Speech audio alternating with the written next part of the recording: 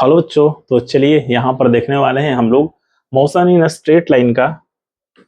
ये है पार्ट 2 और जैसा कि पता है ये क्लास 11th का।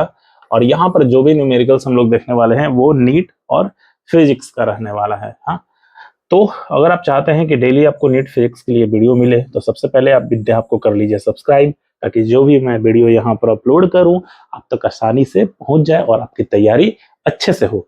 तो देर न करते हुए आते हैं हम लोग अपने वीडियो पर और क्वेश्चन का कॉन्सेप्ट समझने की करेंगे कोशिश। रटा रटाया वाला चीज बिल्कुल भी नहीं। हाँ, कॉन्सेप्ट समझना है यहाँ पर कि एक्चुअल क्वेश्चन कैसे बनता है। तो यहाँ पर हमने शामिल किया है नीट 2016 का प्रीवियस ईयर, AIPMT का 2015 का क्वेश्चन है, नीट 2020 का 13 का है, AIPMT 12 का है और AIPMT 2011 का क्वेश्चन है। तो हमने ये क्वेश्चन कुछ शामिल कर रखा है, देखते हैं और उसको बनाने का क्वेश्चन को कोशिश किया जाए। देखिए पहला क्वेश्चन है हमारा, क्वेश्चन नंबर, हालांकि ये 5 से स्टार्ट हुआ है क्योंकि ऑलरेडी मैंने 4 तक जो है डिलीवर कर दिया है पहले वीडियो में। तो नए हैं तो आप देख लीजिए वो वीडियो। क्वेश्चन है कि दो car P and Q start from a point at the same time. हाँ, सेम टाइम में दो कार, एक P है और एक Q है, स्टार्ट होता है इन अ स्ट्रेट लाइन, सीधी लाइन पर, और उनका पोजीशन आर रिप्रेजेंटेड बाय, उनकी पोजीशन को रिप्रेजेंट किया जा रहा है XPT, हाँ, equal to AT plus BT square. And second वाला कार जो Q है तो XQ2 equal to FT minus T square. At what time do the car have the same velocity. पूछ रहा है कि वो कौन सा टाइम होगा जिस समय दोनों कार यानी कि P एंड Q का वेलोसिटी जो होगा वो सेम होगा। ऑप्शन दिया हुआ है यहाँ पर ABCD। तो वीडियो को पॉज करके सबसे पहले तो आप लोग ने इसका सॉल्यूशन खुद से कीजिए, देखिए कि आपको आ रहा है कि नहीं, और कमेंट करके मुझे बताइए कि क्या आपका आंसर आया और क्या ये इस आंसर से मैच कर रहा है। तो आई होप कि ईमानदारी पूर्वक आप लोग कर लिए होंगे। अब देखिएगा जो भी आप लोगों ने बनाया है उसका, और यहाँ पर भी स्टेप बाय स्टेप मैंने सॉल्यूशन दिया है तो वो भी और समझने का कोशिश भी कीजिएगा आप लोग। कहने का मतलब कि वेलोसिटी ऑफ कार P जो है, हाँ देखिए इसको ऐसे लिख दिया है VP यानी कि वेलोसिटी ऑफ कार P। तो वेलोसिटी के लिए फॉर्मूला हो गया dx, किसके लिए, तो कार P के लिए, अपॉन dt। वेलोसिटी के लिए फॉर्मूला है dx upon dt equal to a plus 2bt। ये हमने डायरेक्ट जो था डिफ्रेंशिएट कर दिया वैल्यू को। हाँ, थोड़ा सा कंफ्यूज ना हो जाए, इस चीज को भी थोड़ा दिखा देते हैं। देखिए वैल्यू था यही AT प्लस BT स्क्वायर। हाँ, AT प्लस BT स्क्वायर, इसको अगर आप डिफ्रेंशिएट कीजिएगा तो A एज अ कांस्टेंट बाहर आ जाएगा, प्लस ये x to the power n पर तो nx हो जाएगा यानी कि 2, और ये BT। तो कहने का मतलब कि ये वैल्यू आ गया VT का, हाँ, यानी कि वेलोसिटी ऑफ कार P के लिए डिफ्रेंशिएट करने के बाद। और वेलोसिटी ऑफ कार Q यानी कि VQ का वैल्यू हो जाएगा इसका भी dx, किसके लिए, तो Q के लिए, अपॉन dt, और इसका भी हो जाएगा F माइनस 2t। ठीक है, हमने डिफ्रेंशिएट करके ये दोनों वैल्यू जो था मेंशन कर दिया, सो कंफ्यूज मत होइएगा। अब क्वेश्चन में था कि दोनों की जो वेलोसिटी है वो सेम मुझे करना है, सेम टाइम पर स्टार्ट हो रहा है। तो सिंपल सी बात है कि VP इक्वल टू V की यानी कि velocity of P equal to Q, दोनों की वैल्यू को हम लोग यहाँ पर इक्वलेट कर देते हैं। P के लिए है हमारे पास वैल्यू A प्लस 2BT और Q के लिए वैल्यू है हमारे पास F माइनस 2T। अब T वाले को लेफ्ट साइड में ले लेते हैं और A को राइट साइड में भेजते हैं। देखिएगा 2BT ये माइनस है, लेफ्ट साइड ले लीजिए, प्लस 2T, F है माइनस A। कहने का मतलब कि यहाँ पर T का हमारे पास, चूंकि टाइम ही तो पता करना है कि एट व्हाट टाइम दोनों की वेलोसिटी सेम हो जाएगी, तो टाइम का वैल्यू यानी कि T को हम कॉमन ले लेते हैं, तो यहाँ पर हमारा वैल्यू रह जाएगा 2B, T तो बाहर आ गया, प्लस है तो प्लस, और यहाँ से T हमने बाहर ले लिया, सॉरी 2 भी ले लिया जाए ना, 2 भी ले लिया जाए तो यहाँ पर आ जाएगा 1। थोड़ा सा ये 2 नहीं रखना था, देख लीजिएगा थोड़ा अच्छे से। ये b है तो 2t का कॉमन ले लिया जाए तो यहाँ पर आ जाएगा b और +1, यहाँ पर हो जाएगा f - a, यानी कि t का वैल्यू हो जाएगा f - a अपॉन ये 2 जो है डाउन में आ जाएगा और यहाँ से b+1 भी, b+1, और ये है ऑप्शन नंबर डी। देखिए ये जो है फाइनल आंसर आ गया, t = f - a upon 2 1 + b, option number D. तो आई होप कि इसका कॉन्सेप्ट जो है इस क्वेश्चन का समझ में आ गया होगा, यानी कि इस टाइम में दोनों की वेलोसिटी जो है वो सेम हो जाएगी। नेक्स्ट क्वेश्चन की तरफ चलते हैं हम लोग। नेक्स्ट क्वेश्चन है हमारे पास, a particle of unit mass, कोई यूनिट मास का पार्टिकल है, undergoes one dimensional motion such that its velocity very according to vx is equal to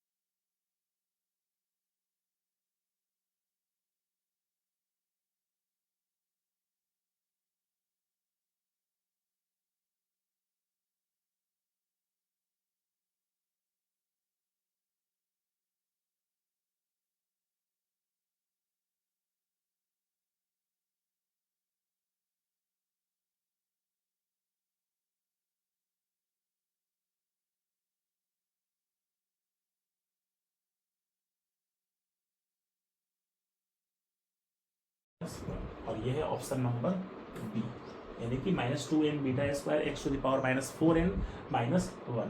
ठीक है, आई होप कि इसका भी कॉन्सेप्ट समझ में आया होगा। सिंपल सा कुछ करना नहीं था, जो वैल्यू दिया हुआ है उसी को डिफ्रेंशिएट करके और बस वैल्यू ला देना था।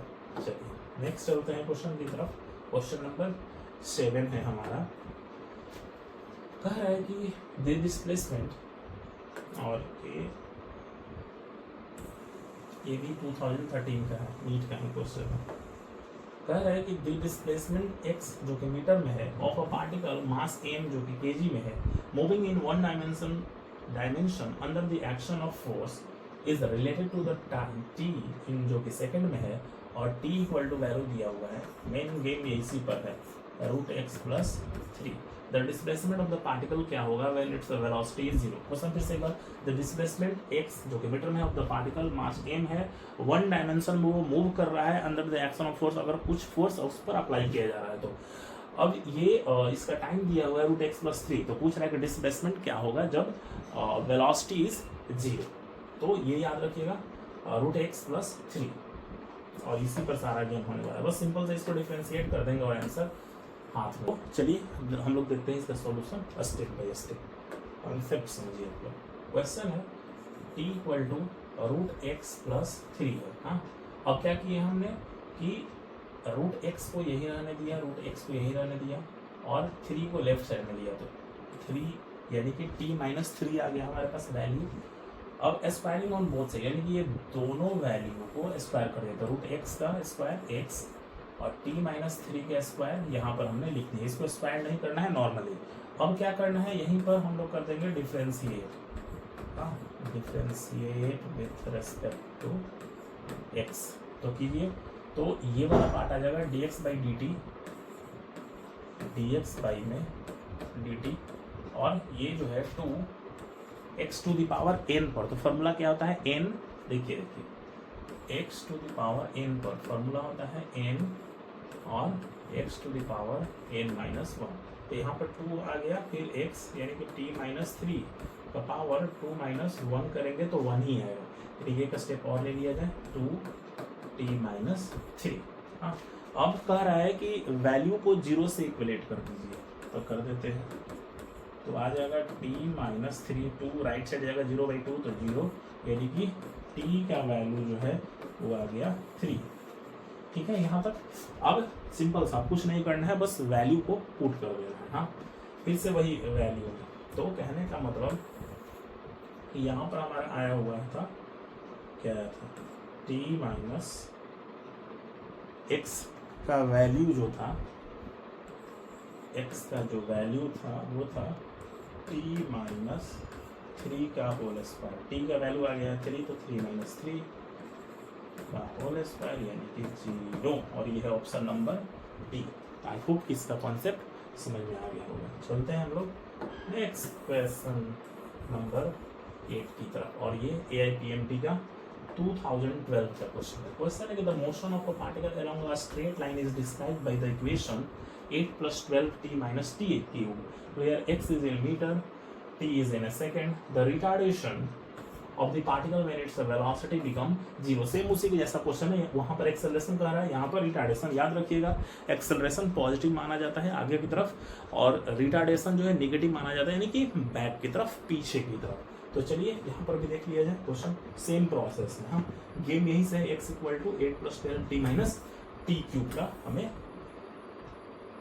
डिफरेंशिएशन फाइंड आउट करके पता करना। देखिए, तो x का वैल्यू हमने लिख दिया, x का वैल्यू है हमारे पास 8 + 12t - t क्यूब। करना कुछ नहीं है। अब इसको, चूंकि v = क्या होता है dx/dt, इसको डिफरेंशिएट करेंगे तो ये तो खत्म हो जाएगा, ये 12t है, तो इसका बच जाएगा 12 माइनस ये x to the power n पर, तो 3t²। इसमें कन्फ्यूज नहीं होना। देखिए n, तो n हमने लिख दिया, और x, तो x हमने लिख दिया, और फिर फॉर्मूला होता है n - 1, यानी कि 3 - 1, तो 2। जो लोग ये नए हैं ना उनके लिए, बाकी जो लोग प्रो हो गए हैं उनको कोई दिक्कत नहीं है। देखिए नेक्स्ट, अब एक अगेन इसको हम लोग डिफरेंशिएट करेंगे, तो a का वैल्यू हमारे पास हो जाएगा, ये v निकाले। अब एक्सेलरेशन, तो एक्सेलरेशन क्या होता है, rate of change of velocity, तो dv/dt, dv/dt, तो v का तो वैल्यू ये आया हुआ है, तो 12 तो खत्म हो गया, 3 × 6 यानी कि माइनस बचा 6t। हाँ, अब इसी को क्या करना है जी, सिंपल सा देखिएगा, हमारे पास एक ये वैल्यू आया हुआ था, इसी को 0 से इक्वलेट कर लेते हैं, 12 - 3t का स्क्वायर। चूँकि वहाँ पर डिस्प्लेसमेंट का वैल्यू 0 मांग रहा था, तो 0 से हमने इक्वलेट कर दिया, तो ये 12 राइट साइड जाएगा, यानी कि 3t² = आ गया 12, तो 3 × 4 = 12, यानी कि t² = 4, तो t = क्या आ जाएगा 2। हाँ, स्क्वायर जगह स्क्वायर रूट बनेगा 4, और 4 का स्क्वायर रूट क्या होता है 2, तो t का वैल्यू 2 आ गया। अब यहाँ पर हम लोग वही वैल्यू रख देंगे, यानी कि -6 × 2, तो आ जाएगा 12 मीटर पर second square, option number D. I hope कि इसका भी कॉन्सेप्ट क्लियर होगा। चलते हैं नेक्स्ट क्वेश्चन, AITMT का है जो कि 2011 का है। करेगा particle cover half of its distance with speed v1। ये बड़ी फेमस क्वेश्चन है और हर एग्जाम में लगभग ये क्वेश्चन इस तरीके का दे देता है। NCERT बेस्ड ये क्वेश्चन है। यहाँ पर देखिए कह रहा है कि आधा वो जो डिस्टेंस है वो v1 स्पीड से कवर कर रहा है और रेस्ट हाफ जो डिस्टेंस है वो v2 से कर रहा है। तो पूछ रहा है एवरेज स्पीड क्या होगा पूरी जर्नी को कंप्लीट करने में। इसका आंसर बड़ी आसान है लेकिन फिर भी मैं स्टेप से ये, क्योंकि एक ना ये फॉर्मूला ही है 2v1 v2 बाई में v1 प्लस v2, लेकिन फिर भी हम लोग इसका थोड़ा स्टेप बाई स्टेप देख लेते हैं। बाकी का अगर इस तरीके का क्वेश्चन है कि हाफ डिस्टेंस कुछ स्पीड से और आधा हाफ डिस्टेंस जो है वो कुछ स्पीड से है तो भाई एवरेज स्पीड बताइए। फॉर्मूला याद रखिएगा सिंपल सा 2v1 v2 upon v1 plus v2। चलिए लेकिन क्वेश्चन को थोड़ा देख लेते क्योंकि नीट वगैरह में ना अगर जो चीज़ याद है वो बड़ी आसानी से बन जाता है, मतलब कि थोड़ा सा टाइम का बचत हो जाती है। यही तो फॉर्मूला ही है। देख लीजिए कह रहा है कि टोटल डिस्टेंस तो s सपोज कर लिया जाए, हाफ डिस्टेंस s/2 हो जाएगा जो कि v1 स्पीड में और अदर हाफ स्पीड v2 में। तो कहने का मतलब कि टाइम क्या हो जाएगा, टाइम का फॉर्मूला होता है डिस्टेंस बाई स्पीड। हाँ तो टाइम हो जाएगा एक s/2 हो जाएगा और यहाँ s/2 हाफ डिस्टेंस था और स्पीड तो v1 था। तो कहने का मतलब कि वैल्यू क्या हो जाएगा 2 नीचे आ जाएगा तो t1 का वैल्यू हो जाएगा as और y में 2v1 और अगर वही टाइम 2 की बात करिएगा तो as है और ये 2v2 हो जाएगा। ठीक है सेम चीज। अब बस एवरेज स्पीड का फॉर्मूला लगा लीजिए। एवरेज स्पीड के लिए फॉर्मूला हो जाएगा टोटल डिस्टेंस बाय में टोटल टाइम। तो टोटल डिस्टेंस क्या था हमारा s था और total time t1 plus t2। अब दोनों t1 t2 का वैल्यू बस रख दीजिए। और वैल्यू आप अगर रखिएगा देख लीजिए एक बार, ये वैल्यू हमने रखा सिंप्लीफाई करके 2v1 upon v1 plus v2 और ये आ गया हमारा आंसर था जी ऑप्शन नंबर सी। तो आई होप कि सारे क्वेश्चन का कॉन्सेप्ट जो है समझ में आ गया होगा। वीडियो कैसा लगा बताइएगा, अच्छा लगा हो तो लाइक कीजिएगा, जिसको भी जरूरत है उसको शेयर कीजिए। चैनल पर नहीं हो तो विद्या आपको करिए सब्सक्राइब। मिलता है दूसरे वीडियो में, तब तक के लिए